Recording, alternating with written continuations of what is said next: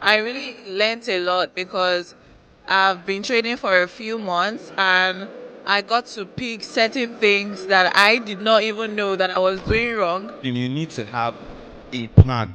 A plan in the sense that, okay, I have this trading strategy. You have an account, say $50 account. Everybody has that mindset that, oh, when I put in the money inside it, boom, it's loud, right? It doesn't work like that. It's what we call compounding.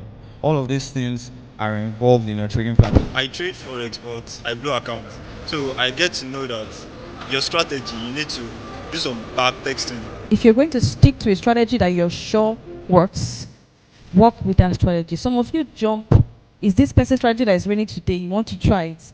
You don't even back test it for like 10 times or 10 trades. You jump to the next. No. Use what? Repetition to build your trading habits. I'm going to take trading as a long-term thing, not a short-term thing. So I'm going to do it and do it carefully, get a lot of knowledge, understand the market, understand everything about Forex, and make Forex about learning and also making money. It was so insightful, and I'm actually looking forward to attend more of this.